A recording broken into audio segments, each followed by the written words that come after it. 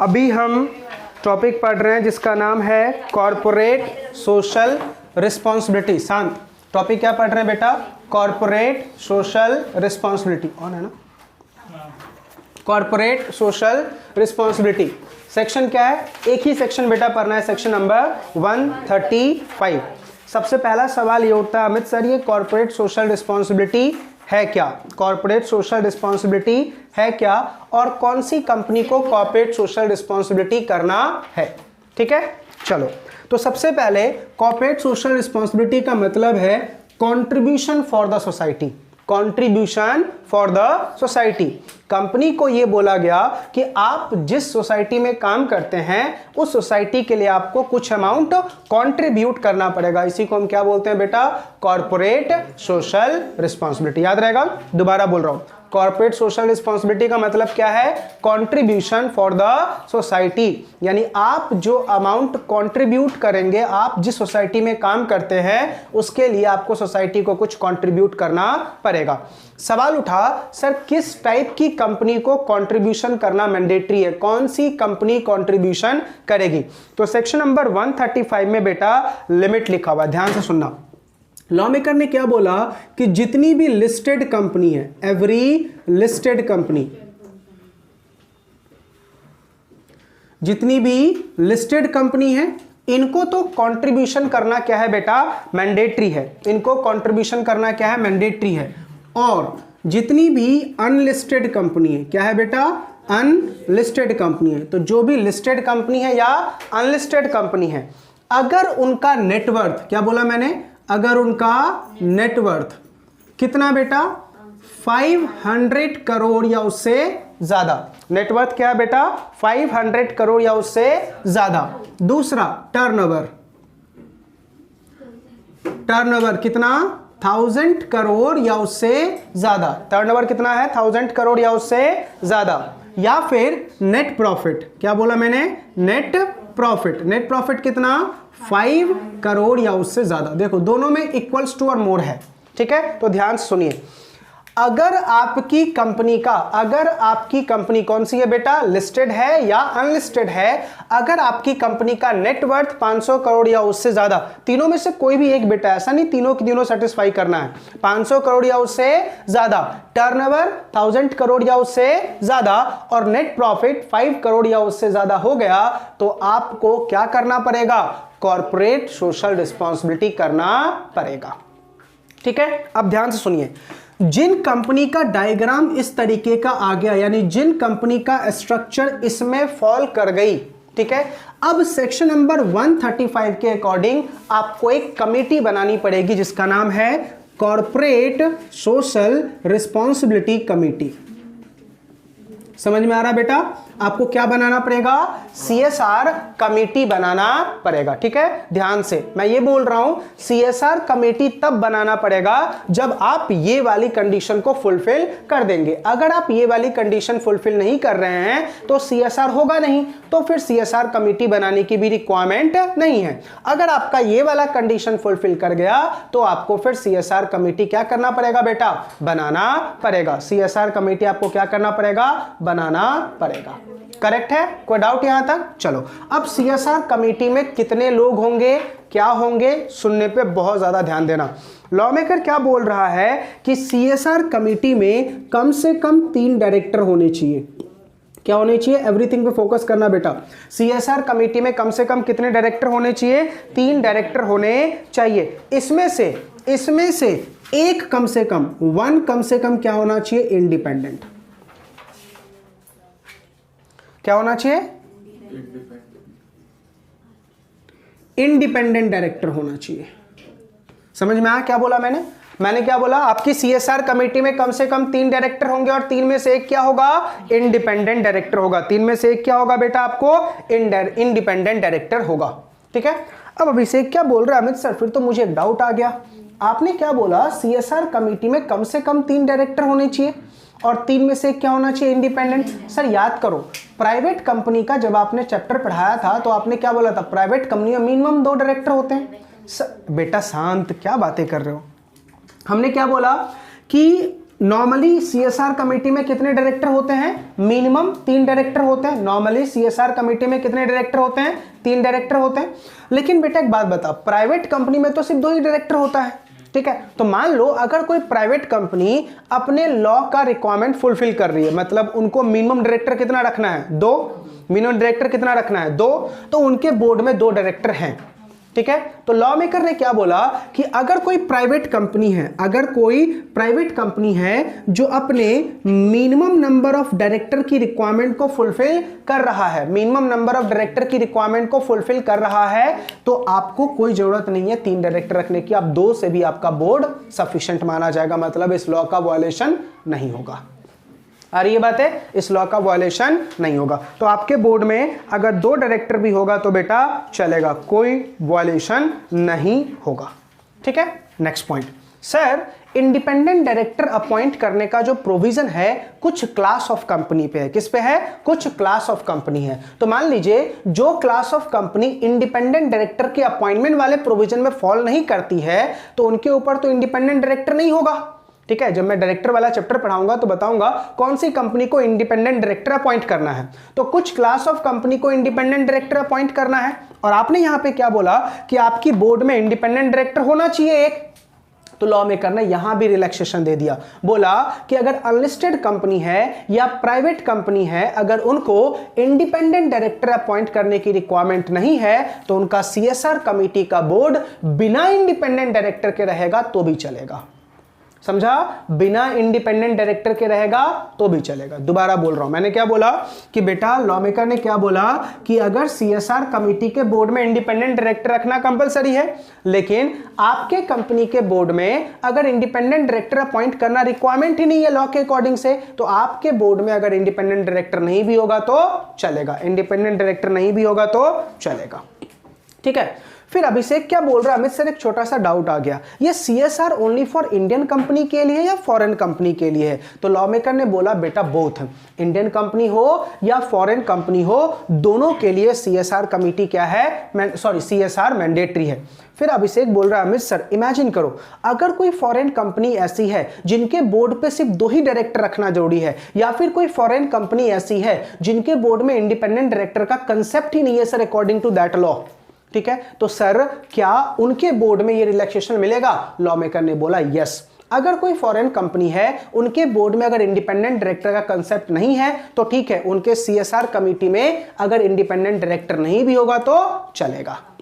अगर वो कंपनी अपने लॉ के अकॉर्डिंग से अगर मिनिमम रिक्वायरमेंट ऑफ बोर्ड को फुलफिल कर रही है तो अगर 3 डायरेक्टर नहीं भी होगा तो चलेगा, ठीक है। चलो दोबारा इन सारी बातों को दोबारा रिकैप कर रहा हूं।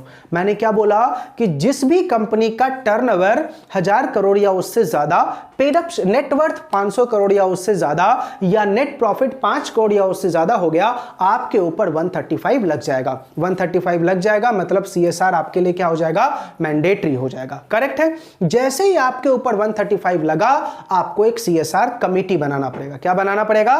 कमेटी बनाना पड़ेगा। अब इस कमेटी की रिक्वायरमेंट क्या है कि मिनिमम 3 डायरेक्टर होने चाहिए और उसमें से एक क्या होना चाहिए? इंडिपेंडेंट, ठीक है। लेकिन लॉ ने क्या बोला, अगर कोई प्राइवेट कंपनी है या अनलिस्टेड पब्लिक कंपनी है, उनको गवर्नमेंट की तरफ से रिलैक्सेशन मिला हुआ है कि आपके बोर्ड में इंडिपेंडेंट डायरेक्टर नहीं होगा तो ठीक है, इनके सीएसआर कमेटी में भी अगर इंडिपेंडेंट डायरेक्टर नहीं होगा तो चलेगा, ठीक है। अगर कोई प्राइवेट कंपनी है जो अपने मिनिमम नंबर ऑफ डायरेक्टर की रिक्वायरमेंट को फुलफिल कर रहा है, उसके मिनिमम नंबर ऑफ डायरेक्टर कितने हैं? 2, तो अगर उसके बोर्ड में 3 डायरेक्टर नहीं भी हुए सीएसआर कमेटी में तो भी चलेगा, ठीक है। तीसरा रिलैक्सेशन किसको दिया? फॉरेन कंपनी को, कि अगर फॉरेन कंपनी के बोर्ड में इंडिपेंडेंट डायरेक्टर को अपॉइंट करने का कंसेप्ट नहीं है या उनके बोर्ड में मिनिमम रिक्वायरमेंट की लॉ तो पूरी हो रही है बट 3 नहीं है तो चलेगा, उनको भी हम क्या दे रहे हैं? रिलैक्सेशन दे रहे हैं। समझ में आ गया? कोई डाउट यहां तक? यानी इस वाले प्रोविजन से 3 डायरेक्टर वाले प्रोविजन और 1 इंडिपेंडेंट वाले से किसको किसको रिलैक्सेशन मिला? अनलिस्टेड कंपनी को, प्राइवेट कंपनी को और फॉरेन कंपनीज को। करेक्ट आ गया? चलिए अब आप बोलोगे अमित सर हमें क्या करना है? सीएसआर करना है। हमें क्या करना है? सीएसआर करना है। सर कहां करना है सीएसआर? किसको देना है पैसा?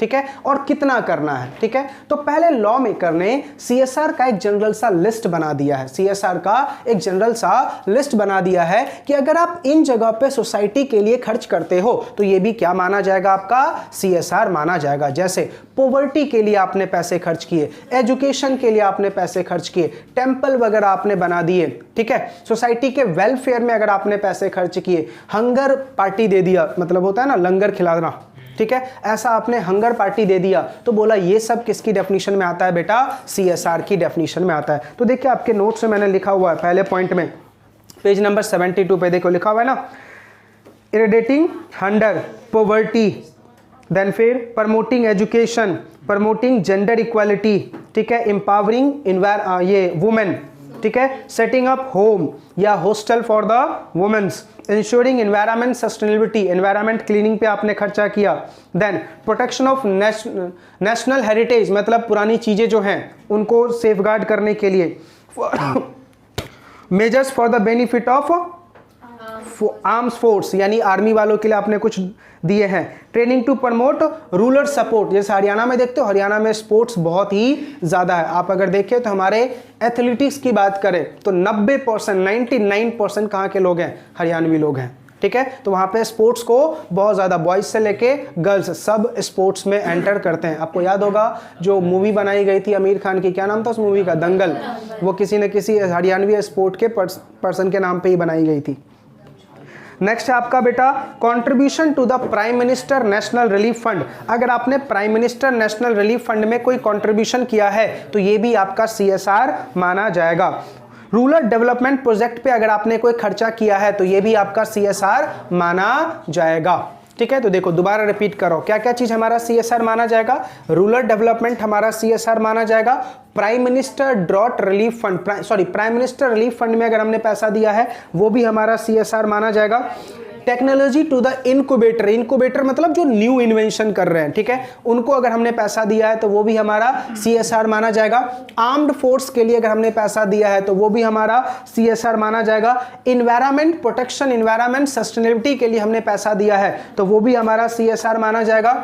पुअर्स को हमने होम प्रोवाइड कर दिया, शेल्टर्स प्रोवाइड कर दिया तो वो भी हमारा सीएसआर माना जाएगा। इसमें एक अमेंडमेंट डाल दीजिए, कोविड-19 में अगर आपने कोई कंट्रीब्यूशन किया है तो वो भी आपका सीएसआर माना जाएगा, उसमें एक अमेंडमेंट डाल दीजिएगा। 11th पॉइंट, कोविड-19 में अगर आपने कोई कंट्रीब्यूशन किया है तो वो भी आपका क्या माना जाएगा, सीएसआर माना जाएगा। कोविड-19 में अगर आपने कोई कंट्रीब्यूशन किया है तो वो भी आपका क्या माना जाएगा, सीएसआर माना जाएगा, ठीक है।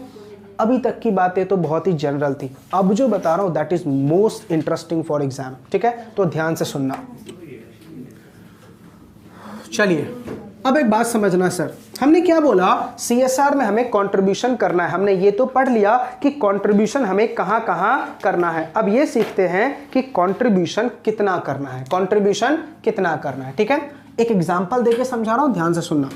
अगर मान लीजिए कोई कंपनी 21-22 में कंट्रीब्यूशन करना चाहती है, कब करना चाहती है बेटा, 21-22 में कंट्रीब्यूशन करना चाहती है, तो आप एक काम कीजिए, इसके पीछे के 3 फाइनेंशियल ईयर में जाइए। कौन कौन सा होगा जल्दी बताओ, 2021, 1920 और 18-19, ठीक है। इन 3 फाइनेंशियल ईयर का जो भी आपका नेट प्रॉफिट होगा, मैं यहाँ पे एग्जांपल ले रहा हूँ कि मान लो यहाँ पे नेट प्रॉफिट 10 है, 20 है और 30 है, ठीक है, करेक्ट है। तो जो भी आपका नेट प्रॉफिट होगा उसका आप एवरेज निकाल दीजिएगा, क्या कर दीजिएगा, एवरेज निकाल दीजिएगा। तो बताइए बेटा कितना एवरेज आ जाएगा अपना, 60 डिवाइडेड बाय 3 यानी 20 आ जाएगा एवरेज। ये जो भी आपका एवरेज आएगा इसका एटलीस्ट 2% आपको सीएसआर करना है, समझ में आ गया। इसका एटलीस्ट कितना सीएसआर करना है बेटा, 2% आपको सीएसआर करना है, एटलीस्ट 2% आपको क्या करना है बेटा, सीएसआर करना है, याद रहेगा।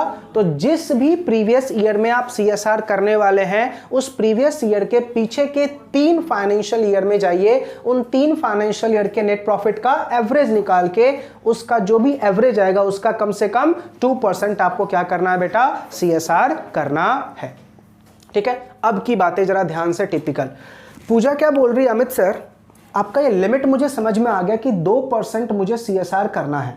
अगर मैं सर अपने वाले एग्जाम्पल की बात करूं तो सर 20 का 2% अगर मैं निकालूं तो वो 4 होगा। ठीक है, ठीक है। और मान लेते हैं सारे अमाउंट बेटा 1000 करोड़ में है, तो यानी 4000 करोड़ का, मान लेते हैं कि सारे अमाउंट किसमें 1000 करोड़ में है, तो यानी 4000 करोड़ का CSR करना है। ठीक है। अब पूजा के बहुत सारे सवाल। पहला सवाल, अमित सर CSR करूँ कहाँ? मेरी कंपनी का रजिस्टर्ड ऑफिस जो है, मेरी कंपनी का रजिस्टर्ड ऑफिस जो है वो महाराष्ट्र में है सर। कौन से स्टेट में है? महाराष्ट्र में है। तो CSR मैं कहाँ करूँ? तो लॉ मेकर क्या बोलता है, सबसे पहले आपको CSR उस लोकेलिटी में करना है जिस लोकेलिटी में आपकी कंपनी की रजिस्टर्ड ऑफिस सिचुएटेड है। समझ में आ गया? सबसे पहला आपको प्रेफरेंस किसको देना है? अपनी लोकेलिटी को देना है। जिस लोकेलिटी में आपकी कंपनी की रजिस्टर्ड ऑफिस सिचुएटेड है उस लोकेलिटी में आप सबसे पहले क्या कीजिए? CSR कीजिए। करेक्ट है? यहां तक कोई डाउट? ठीक है। अब बोला ठीक है सर, अमित सर इमेजिन करो ये 4000 करोड़ में से मान लो 2000 करोड़ का मैंने CSR किस में कर दिया? अपनी लोकेलिटी में कर दिया।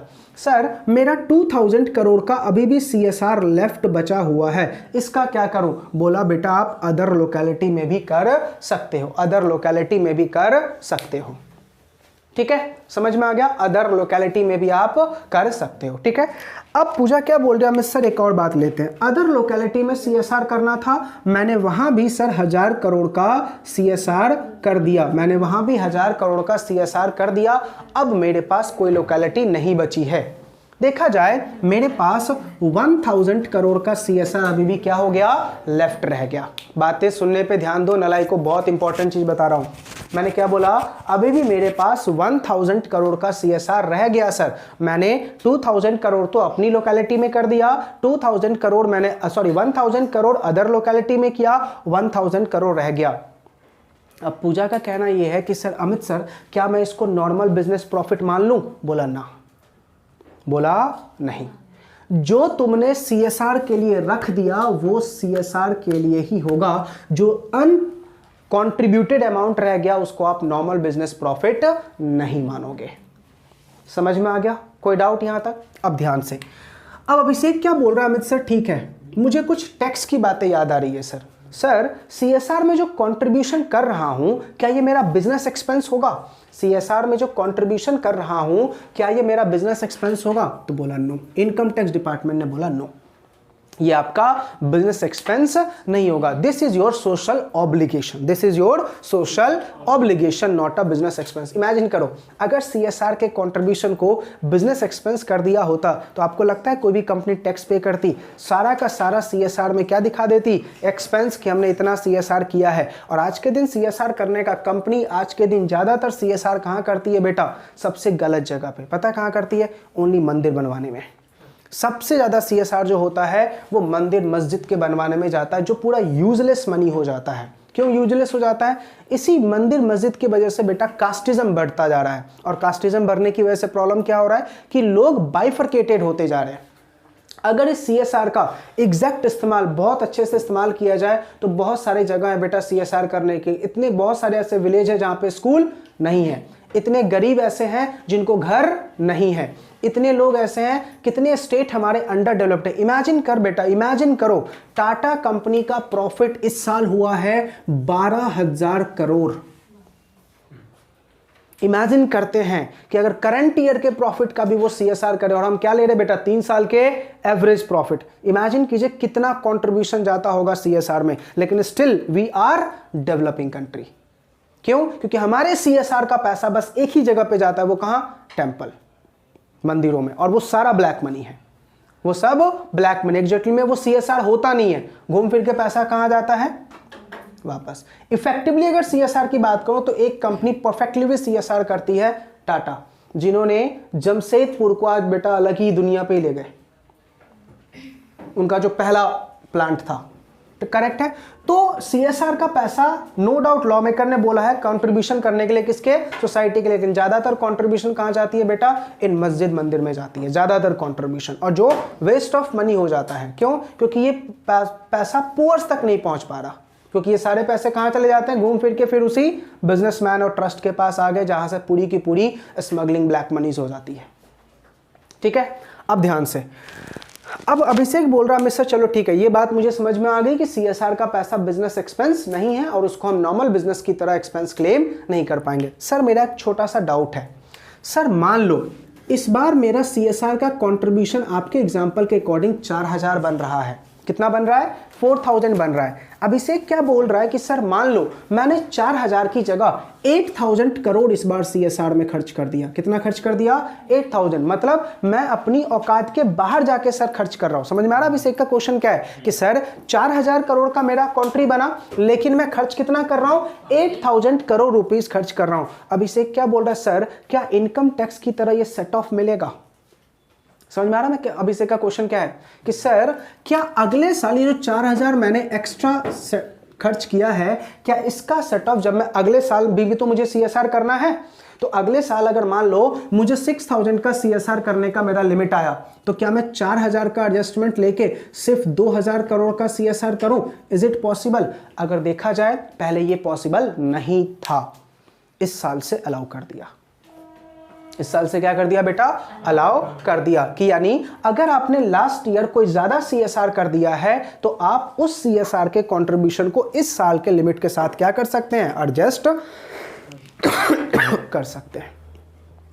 आ रही है बातें समझ में या नहीं, पक्का कोई डाउट। तो ये प्रोविजन याद रहेगा, तो याद क्या रखना है हमें, सर सीएसआर कितना करना है, हमारे एवरेज नेट प्रॉफिट का, एवरेज नेट प्रॉफिट का कितना 2%, एवरेज नेट प्रॉफिट का 2%, ये एटलीस्ट है, मैक्सिमम आप जितना भी चाहे उतना कर सकते हैं। ये क्या है बेटा, मिनिमम लिमिट है, एवरेज नेट प्रॉफिट का कितना 2%। क्या इससे ज्यादा कर सकते हैं, यस। अगर आपने इससे ज्यादा किया तो अगले साल के लिमिट में आप इसको क्या कर सकते हैं बेटा, एडजस्ट भी कर सकते हैं। सीएसआर सबसे पहले हमेशा कहां करना होता है, अपने लोकेलिटी में, और अगर अपनी लोकेलिटी से आपको पैसा बच रही है तो आप दूसरे जगह भी इसको खर्च कर सकते हैं। सीएसआर का पैसा कभी भी बिजनेस एक्सपेंस में काउंट नहीं किया जाएगा, इट्स योर सोशल ऑब्लिगेशन। ये आपकी क्या है बेटा, सोशल ऑब्लिगेशन और ड्यूटी है। इमेजिन कीजिए सोशल ऑब्लिगेशन भी कौन पूरा कर रहा है, कंपनी। तो हमारी गवर्नमेंट क्या कर रही है, हमारी गवर्नमेंट क्या कर रही है, सिर्फ टैक्स कलेक्ट करके मजे ले रही है। अब सोशल ऑब्लिगेशन भी कौन पूरी कर रही है, कंपनी। कंपनी को बोला सीएसआर तुम्हारे लिए मैंडेटरी, और बेटा वो तो छोड़ो, सीएसआर में ये लिखा हुआ है कि अगर आपने सीएसआर नहीं किया तो पेनल्टी भी लगेगी। ये तो वही वाली बात है ना, बंदूक दिखा के पैसे ले रहा हूं मैं तुझसे, दे नहीं तो गोली मार दूंगा मैं, देना पड़ेगा, कसम है तुझे, जिसकी भी कसम देना है तुझे, 2% कंट्रीब्यूट करना है तो करना है, इट्स सोशल ऑब्लिगेशन ना। तो इसके ऊपर भी क्या लगा हुआ है, पेनल्टी। अगर तुमने नहीं दिया तो क्या लग जाएगा, तुम्हें पेनल्टी लग जाएगा, तुमने सीएसआर का क्या कर दिया, वॉल्यूशन। मुझे ये बात समझ नहीं आ रही है कि अगर सीएसआर कंपनी कर रही है तो गवर्नमेंट हमारे टैक्स के पैसे का क्या कर रही है, जो हजारों करोड़ रुपए वो एक दिन में वसूल करती है। लाइक अगर एग्जाम्पल दूं, टोल टैक्स के फॉर्म में, पेट्रोल डीजल से, और हमारे जीएसटी के फॉर्म में करोड़ रुपीस का रेवेन्यू गवर्नमेंट को एक दिन में आता है, तो ये पैसा जाता कहां है, कहां पे जा रहे हैं। आर्मी को इतनी बेनिफिट आप दे नहीं रहे हो, तो पैसे फिर कहां जा रहे हैं, कहीं ना कहीं तो मिसयूज हो रहा है। तो कहां मिसयूज हो रहा है बेटा, अनाप शनाप के खर्चों पे। ठीक है, आपने देखा होगा महाराष्ट्र में सबसे ज्यादा अनाप शनाप खर्चे होते हैं। अच्छी खासी रोड को 3 फीट गड्ढा किया जाएगा और फिर उसको बनाया जाएगा, ठीक है। और कहीं पे अगर वेस्ट जमीन पड़ा होगा ना, तो वहां पे कोई 2 मूर्ति बना देंगे, ऐसे स्टैचू करके खड़ा कर रखा है मूर्ति को, ठीक है, वो जमीन अपने नाम पे करने के लिए। अच्छी खासी वहां पे पार्किंग चल रही होती है, अच्छी खासी पार्किंग चल रही होती है, पार्किंग फैसिलिटीज होती है कि ठीक है आप पार्किंग कर लो। वहां पे भी हर एक जगह पे, अगर आप दुकान पे गए सामान लेने के लिए, वहां पे भी बेटा क्या खड़ी, स्कूटर पार्क कर दो, आएंगे वो व्हाइट ड्रेस वाले उठा के लेके चले जाएंगे। भाई मैं स्कूटर सर पे लेके जाऊं दुकान में, क्या सर पे लेके जाऊं दुकान में भी स्कूटर में, या स्कूटर बाजू में ही लगा के जाऊंगा ना, और कहां लेके जाऊंगा मैं, दुकान में तो नहीं लेके जाऊंगा भाई सर पे। सिंपल सी बात है। अब इसके रिगार्डिंग भी क्या आना चाहिए, प्रोविजन, कि भाई पार्किंग कहां पे होनी चाहिए, अनऑथराइज।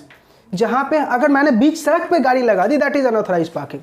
अगर गाड़ी सड़क के बाजू में खड़ी है तो वो अनऑथराइज पार्किंग नहीं होनी चाहिए। और बीएसटी वाले कहीं भी लगा दे, वो अनऑथराइज पार्किंग है ही नहीं। बीएसटी वालों के लिए रेड लाइट है ही नहीं, सिग्नल ऐसे ही तोड़ रहे होते हैं, उनके लिए कोई दिक्कत नहीं है। सारी प्रोविजन किसके लिए, हमारे लिए ही बनती है। सारे लूपहोल्स कहाँ हैं, इधर ही कर रहे हैं। अब महाराष्ट्र में तो खासकर ज़्यादा है, रोड गड्ढा करेंगे फिर सारे पैसे उधर ही डालेंगे, फिर गड्ढा करेंगे फिर उधर डालेंगे। अच्छी खासी रोड को तोड़ के बार बार क्या कर रहे होते हैं, रिपीट। और पूरे साल महाराष्ट्र में क्या चल रहा होता है? नाले की सफाई, पूरे साल। लेकिन फिर भी बारिश के टाइम में पूरी की पूरी रिवर बन जाती है।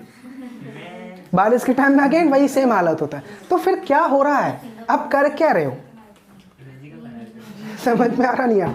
चलिए बेटा, तो ये कॉर्पोरेट सोशल रिस्पॉन्सिबिलिटी समझ में आ गया। बस इतना ही सा छोटा सा चैप्टर था बेटा ये CSR, ज़्यादा इंपॉर्टेंट नहीं है, बट फिर भी पढ़ के जाना।